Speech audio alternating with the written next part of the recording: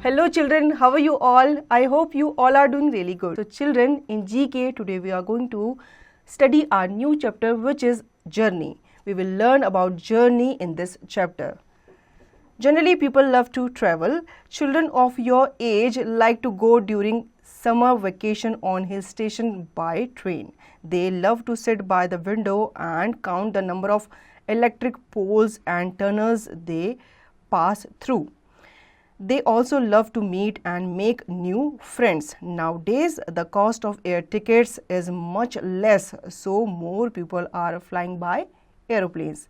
Before starting on a journey by train or plane, you need to check. बच्चों, हम सभी को travel करना बहुत पसंद है ना, और बच्चों को तो खास तौर पे ट्रैवल करना बहुत पसंद है. जैसे ही समर वेकेशन स्टार्ट होती है वैसे ही बच्चे क्या करते हैं, अपने माँ बाप के आगे जिद करने लग जाते हैं कि चलो हमें कहीं इस हिल स्टेशन ले चलो.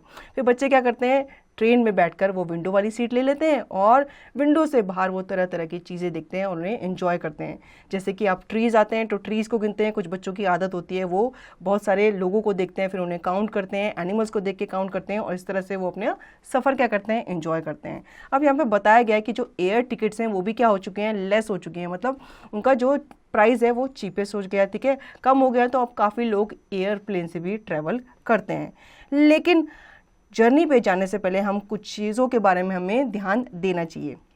जैसे कि are your bag packed and locked. क्या आपके बैग्स जो हैं वो पैक अच्छे से हैं और लॉक्ड अच्छे से हैं, ये आपको ध्यान देना बहुत ज़रूरी है. क्योंकि एक बार आप अपनी डेस्टिनेशन पे पहुंच जाते हो फिर तो आप वापस नहीं आ सकते. अब कोई चीज़ अगर आपके घर में रह जाती है तो फिर आप क्या करोगे, वापस लेने तो नहीं जाओगे.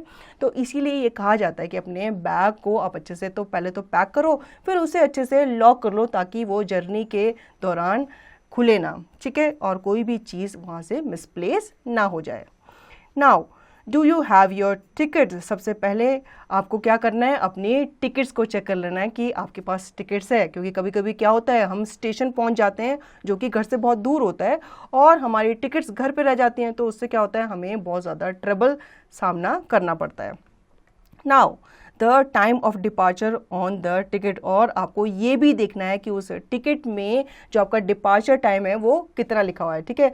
मान लो आपकी जो ट्रेन है वो 9 बजे छूटने वाली है तो आपको 7 बजे आपको कम से कम वहाँ पे पहुँच जाना पड़ता है. अगर आप लेट घर से निकलोगे तो क्या होगा, आपकी ट्रेन छूट सकती है. तो आपको उसका डिपार्चर टाइम नोट करना बहुत ज़रूरी है. और AM PM का आप स्पेशली ध्यान रखना, ठीक है.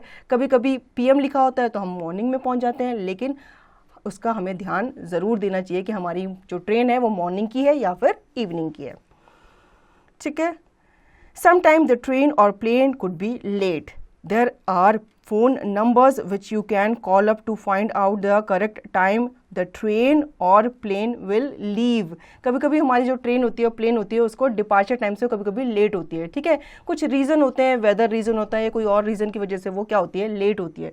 तो आप फ़ोन कर करके वहाँ पे पूछ सकते हो कि आपके जो ट्रेन है वो टाइम पे है, कि आपका जो प्लेन है वो टाइम पे है कि नहीं.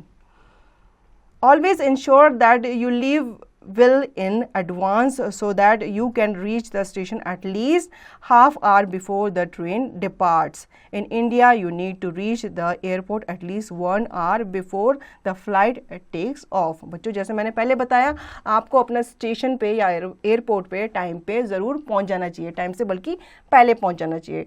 ट्रेन का जो टाइम आपको बताया उससे आधे घंटे पहले आपको पहुंच जाना चाहिए, या जितना भी डिस्टेंस आपके घर से स्टेशन के बीच में है उससे पहले आपको घर से निकल जाना चाहिए. क्योंकि कभी कभी हमें क्या मिलता है, रास्ते में ट्रैफिक मिलता है जिसकी वजह से हम क्या हो जाते हैं, लेट हो जाते हैं, ठीक है. और एयरपोर्ट भी हमें अपने जो टाइम होता है उससे 1 घंटे पहले पहुंच जाना चाहिए. क्योंकि एयरपोर्ट में बहुत सारे चेकआउट होते हैं, बहुत सारी चेकिंग होती है, आपसे काफ़ी चीज़ें पूछी जाती हैं, आपका सामान अलग अलग किया जाता है, आपको बोर्डिंग पास दिए जाते हैं. तो बहुत सारी चीज़ें होती हैं, इसलिए एयरपोर्ट में कहा जाता है कि आपको 1 घंटा पहले या 1.5 घंटा पहले पहुंच जाना चाहिए.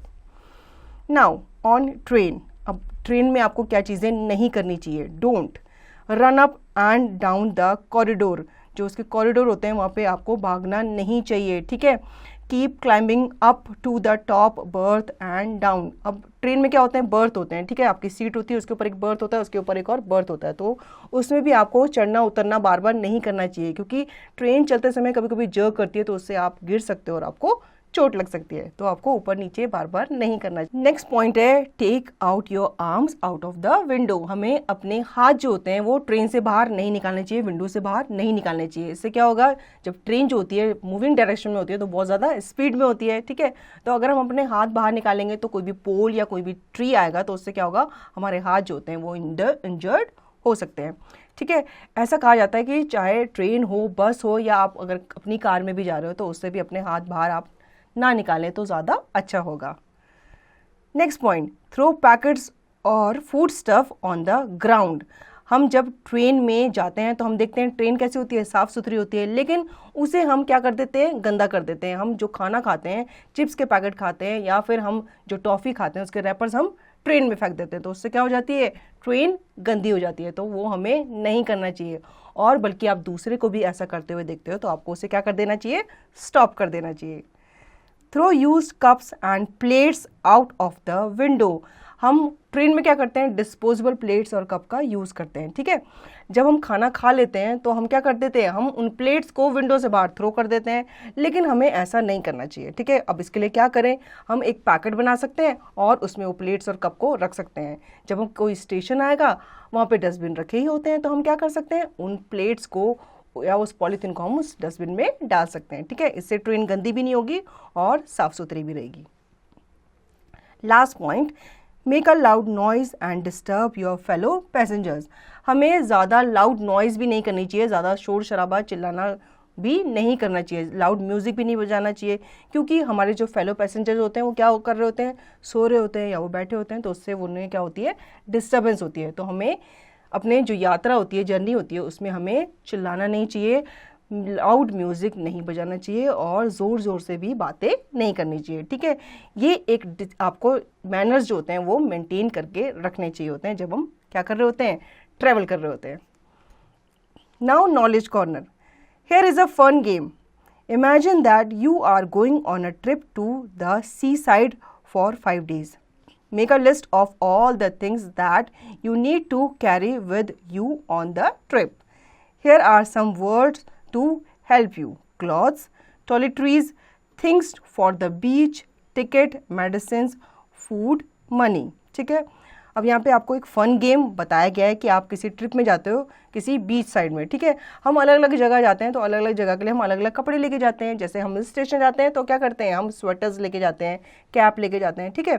अब हम यहाँ पे कहाँ जा रहे हैं, गोवा जा रहे हैं या फिर किसी बीच साइड पे जा रहे हैं, ठीक है, 5 days के लिए। तो आपको लिस्ट बनानी है कि आप उस जो ट्रिप है उसमें कौन कौन सी चीज़ें लेके जाओगे। अब यहाँ पे आपको कुछ लिस्ट तो दी गई है, उसको आप ऐड ऑन करके उसमें और चीज़ें लिख सकते हो, जैसे कि क्लॉथ्स है, टॉयलेटरीज है और बाकी की चीज़ें जो बीच में इस्तेमाल होती हैं, ठीक है। इस तरह से आप एक लंबी सी लिस्ट बना सकते हो और उस हिसाब से अपनी पैकिंग कर सकते हो। So children, I hope you understood the chapter. Now revise the chapter and practice the chapter yourself.